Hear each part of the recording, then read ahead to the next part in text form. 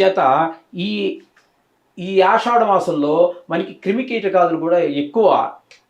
ఆషాఢ మాసంలో ఈగలు కూడా ఇంట్లో మీరు ఎన్ని ఈ దోమల కోసం మీరు పెట్టుకున్నా ఎక్కడ ఒక్క క్షణం అలా డోర్ తీసేటప్పటికి ఈగలు ఎక్కువగా వస్తూ ఉంటాయి. దీనికి తిరుమల కొండ మీద కూడా ఈగల మాల అని చెప్పేసి ఒకటి ఉందండి, వెంకటేశ్వర స్వామికి వేస్తారు. ఈ ఈగల మాల అంటారు దాన్ని. ఎందుకంటే తిరుమల కొండ మీద నేను కూడా 8 సంవత్సరాలు ఉన్నాను కాబట్టి చెప్తున్నాను. అంచేత అలా వేస్తుంటారు. క్రిమికీటకాదులు అవన్నీ ఎక్కువగా ఉంటుంటాయి, విషక్రిములు బాగా ఎక్కువగా ఉంటుంటాయి.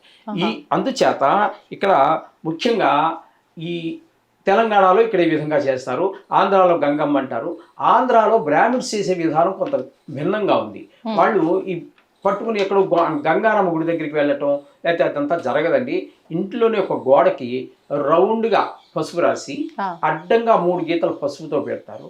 పెట్టి దానికి నైవేద్యంగా కొంచెం పెసరపప్పు కలిపి అన్నాన్ని వండి కొద్దిగా నెయ్యి వేసి వండిన తర్వాత అమ్మవారికి నైవేద్యం పెట్టడం జరుగుతూ ఉంటుంది.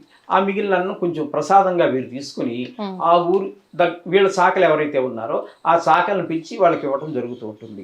అది సాంప్రదాయంగా జరిగేటటువంటిది. ఇది ఆంధ్రాలో బ్రాహ్మిన్స్ చేసే పద్ధతి.